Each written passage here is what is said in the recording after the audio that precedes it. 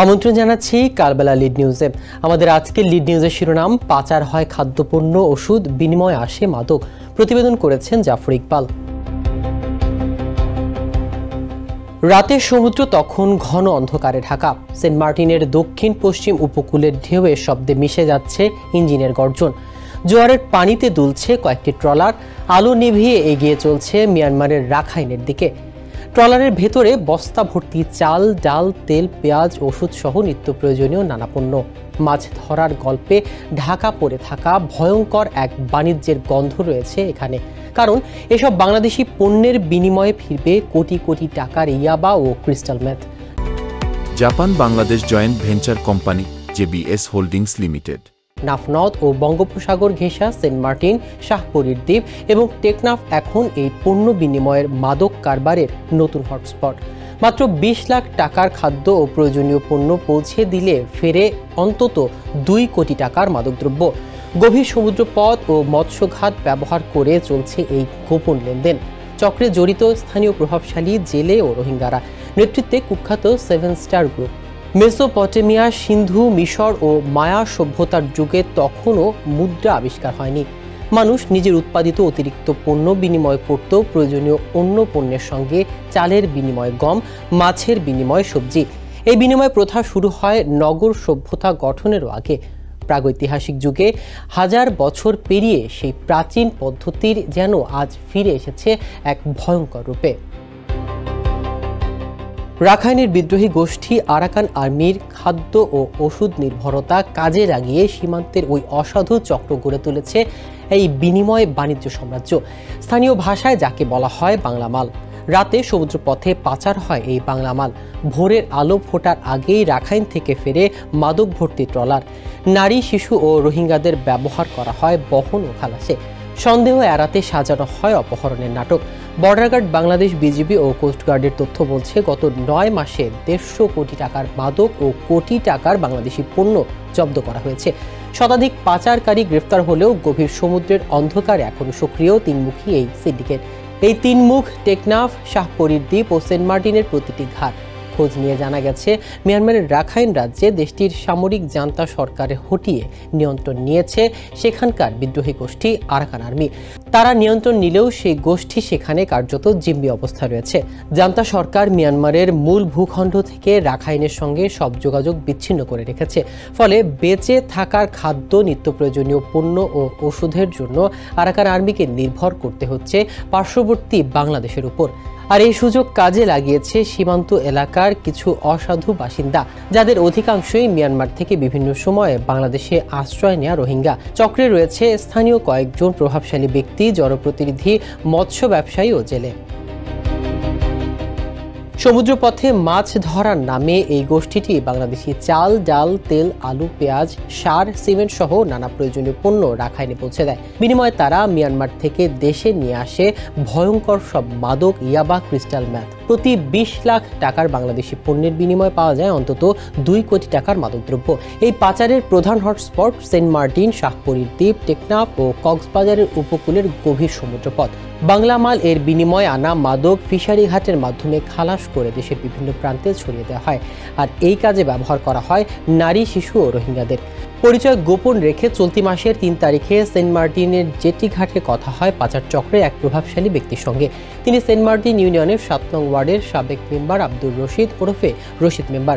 তিনি জানান, ২০০৯ সাল থেকে তিনি রাখাইনের সঙ্গে ব্যবসা করে আসছেন। প্রথম দিকে সেখান থেকে তরমুজ এনে ঢাকার সদর ঘাটে বিক্রি করতেন। ব্যবসার প্রয়োজনে মাঝে মধ্যে নাফ নদ পাড়ি দিয়ে রাখাইনে যেতেন। সেখানে তার একটি বড় সিন্ডিকেট রয়েছে বলেও জানান তিনি। রশিদ মেম্বার বলেন, বাংলা মালের বিনিময়ে মাদক কারবার বেশি লাভজনক। ধরা পড়লেও তেমন লোকসান হয় না। মাত্র ২০ লাখ টাকার মাল নিয়ে গেলে ২ কোটি টাকার মাদক মেলে। তাই ৫টা চালানের মধ্যে যদি ২-৩টাও ধরা পড়ে, তবুও ২ থেকে ৩ গুণ লাভ থাকে। সরাসরি মাদক ব্যবসার সঙ্গে যুক্ত থাকার কথা স্বীকার না করলেও তিনি গর্বের সঙ্গে বলেন, আমার ট্রলার আরাকান আর্মি সম্প্রতি ৮ বার আটক করেছে। এর মধ্যে ৪ বার আমি নিজেই পড়েছিলাম। প্রতিবারই পণ্য আর মাছ রেখে আমাদের ছেড়ে দিয়েছে। কালবেলার অনুসন্ধানের পণ্য পাচারের অন্তত ৪টি স্পটের সন্ধান পাওয়া গেছে। এগুলো হলো দক্ষিণ পশ্চিম উপকূল, পশ্চিম উপকূল, ডাববাড়িয়া পয়েন্ট ও তার আশপাশ এবং দ্বীপের উত্তর পূর্ব কোণ। তখন সন্ধ্যার শেষ আলো সমুদ্রের উপর আছড়ে পড়েছে। ঢেউয়ের ধ্বনি যেন সুর ছড়াচ্ছে গোপন এক নাটকের। এই প্রতিবেদক পাড়ি দিয়েছিলেন সেন্ট মার্টিনের ছেড়া দ্বীপ সংলগ্ন দক্ষিণ পশ্চিম উপকূল, যেখানে সবচেয়ে বেশি বাংলা মাল পাচার হয়। সঙ্গে ছিলেন স্থানীয় পরিচিত কয়েকজন জেলে, যারা সতর্কভাবে পর্যবেক্ষণ করছিলেন। দ্বীপটি জোয়ারের সময় মূল ভূখণ্ড থেকে বিচ্ছিন্ন হয়ে যায়। দিনের আলো হেঁটে বেড়ানো মানুষও কম, কিন্তু রাতের এই নির্জনতা সম্পূর্ণ থ্রিলার পরিবেশ। প্রতিবেদক চোখ রাখলেন অন্ধকারের জলে ভেসে চলা মাঝারি আকারের ট্রলারের দিকে। প্রতিটি ট্রলারে রাখা অস্থায়ী তাঁবুতে লুকানো চাল, ডাল, তেল, আলু, পেঁয়াজ, সার, এই বাংলা মাল সমুদ্র পথে নিয়ে যাওয়া হবে রাখাইনের উদ্দেশ্যে। এক জেলে জানালেন, আলো জ্বালালে কোস্টগার্ড ও নৌবাহিনীর নজর পড়বে, তাই ট্রলারের আলো নিভিয়ে রাখা হয়। প্রতিবেদক নিজেই কয়েক ধাপ দূরে দাঁড়িয়ে দৃশ্য মোবাইল ফোনে ধারণ করেছেন, কিন্তু প্রতিটি ট্রলারের নড়াচড়া, জেলেদের হাতের ইঙ্গিত, রাতের আধার, সবকিছুই যেন এক গোপন মুভির দৃশ্য।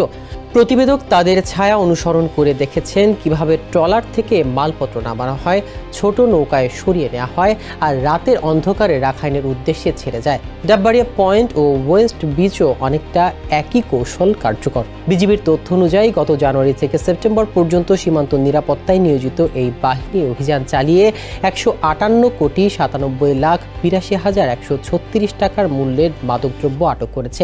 এছাড়া প্রায় ২১ লাখ টাকার বেশি বাংলাদেশি বিভিন্ন পণ্য পাচারের সময় আটক করা হয়েছে। এসব ঘটনায় ৭৯ জন পাচারকারীকে হাতে নাতে আটক করা হয়েছে। মামলা হয়েছে ৯৯টি। গত ৯ মাসে বিজিবি ১৩৯,৬৬,৬৬০ টাকা মূল্যের ইয়াবা আটক করেছে। এসব ঘটনায় ৭৭ মামলায় ৬৬ জনকে গ্রেফতার করা হয়েছে। একই সময় বিজিবির জালে ধরা পড়েছে ২.৯৪৬ কেজি ক্রিস্টাল ম্যাথ, যার বাজার মূল্য প্রায় ১৪,৭৩,০০,০০০ টাকা। এই ঘটনায় ২ মামলায় ৭ জনকে গ্রেফতার করা হয়েছে। এছাড়া মদ, বিয়ার, গাঁজা, ফেন্সিডিল ও হেরোইন আটক করা হয়েছে প্রায় ৩,১২,০০০ টাকা মূল্যের। এসব ঘটনায় ৭ মামলায় ৫ জনকে গ্রেফতারও করা হয়েছে।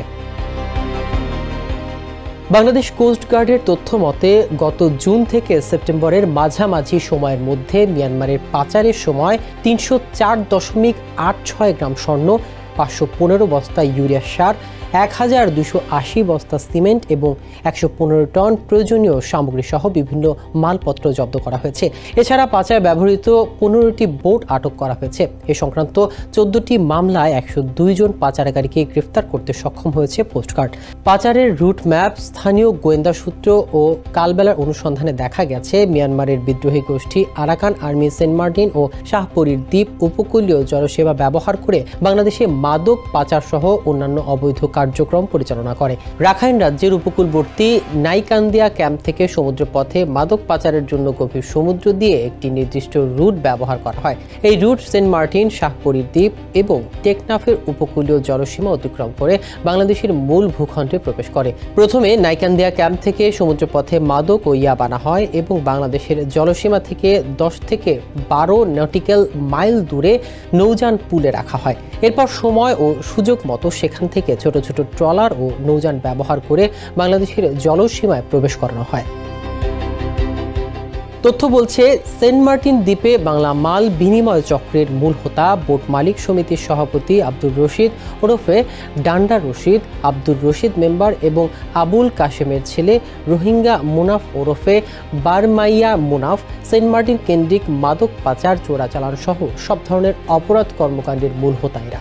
এদের সঙ্গে রয়েছে ৪ নং ওয়ার্ডের মৃত নুরা মিয়ার ছেলে এবং Saint Martin speedboat lineman Jahangir, ৬ নম্বর ওয়ার্ড পূর্ব পাড়ার আব্দুল হাশেমের ছেলে আজিজ উদ্দিন, একই এলাকার মৃত জামাল হোসেনের ছেলে মোহাম্মদ জুবায়ের, মৃত জাফর আহমেদের ছেলে নাজির আহমেদ, মৃত খলিলুর রহমানের ছেলে আবু তালেব, মৃত জসিম উদ্দিনের ছেলে কামাল হোসেন, ৯ নম্বর ওয়ার্ডের সাবেক ইউপি সদস্য আব্দুর রৌফ, পূর্ব পাড়ার মোহাম্মদ নূর হকের ছেলে ও বীজ কর্মী আশিকুর রহমান, পশ্চিম পাড়ার ১ নং ওয়ার্ডের আবু সামার ছেলে নুরুল ইসলাম, পূর্ব পাড়ার কেফায়েতুল্লাহ, ৪ নং ওয়ার্ডের পূর্ব পাড়ার মকবুল আহমেদের ছেলে মোহাম্মদ আলম। শাহপরীর দ্বীপ, টেকনাফ ও সাবরাং ইউনিয়ন এলাকার মূল হোতাদের মধ্যে রয়েছে সাবরাং ইউনিয়নের ৭ নং ওয়ার্ডের ইউপি সদস্য মান্নান, মুন্ডার ডেইল আলী ডেল এলাকার সাবেক ইউপি সদস্য মোয়াজ্জেম হোসেন দানু এবং ব্রাইট মার্কিন, ৯ নং ওয়ার্ডের সাবেক ইউপি সদস্য ফজল হক, ৮ নং ওয়ার্ডের দেলোয়ার ডাকাত। এছাড়া নাইটং পাড়ার করিডোর নিয়ন্ত্রণ করেন গুড়া মিয়া, সাবেক কমিশনার শাহ আলম, দুলু মোহাম্মদ ইকবাল ও সরওয়ার। টেকনাফ সদরে তুলাতলি সীমান্তে কাদের এবং আব্দুল আজিজ সব ধরনের মাদক কারবারে জড়িত।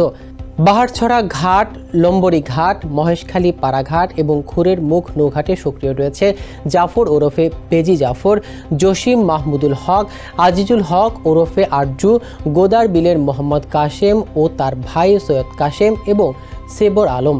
0 পয়েন্ট সাবরাং বাজার এলাকার মোহাম্মদ ইসমাইল, একরাম এবং শমসু মেম্বার সক্রিয়। কাটাবনিয়া এলাকায় ওমর, ফারুক ও রিদওয়ান।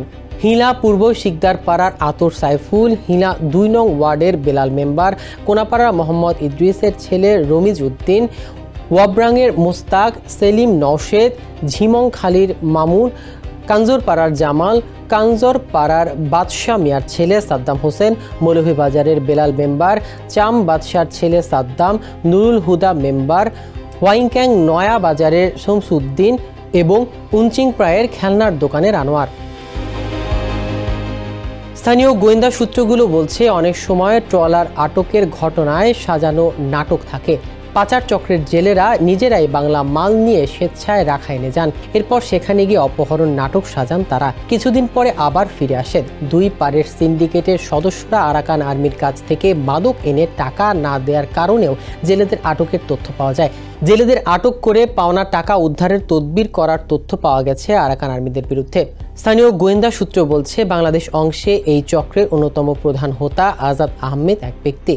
তার বাবার নাম কালু মিয়া। আরাকান আর্মির 93 লাখ টাকা আত্মসাতের অভিযোগ পাওয়া গেছে এই ব্যক্তির বিরুদ্ধে। টাকা না দেওয়ার কারণে সম্প্রতি টেকনাফ এলাকার বেশ কয়েকটি বোট সহ জেলেদের একসঙ্গে ধরে নিয়ে যাওয়ার তথ্য পাওয়া গেছে।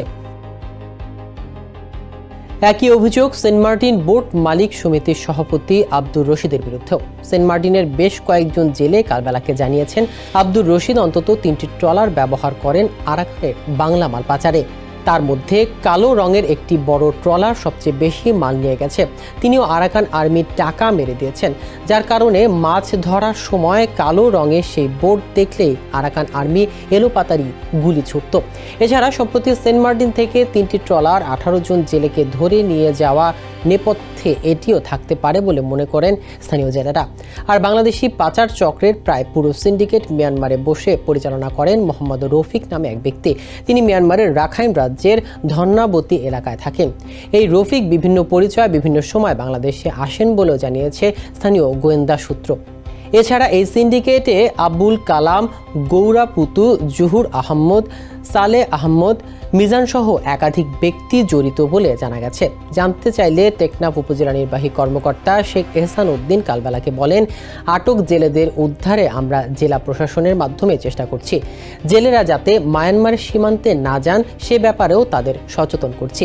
এছাড়া মাদক কারবারিদের বিরুদ্ধে আইনশৃঙ্খলা রক্ষাকারী বাহিনীর অভিযান অব্যাহত রয়েছে।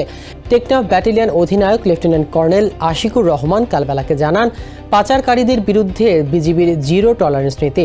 সীমান্তে কঠোর নজরদারির বাইরেও আমাদের নিয়মিত অভিযান অব্যাহত রয়েছে।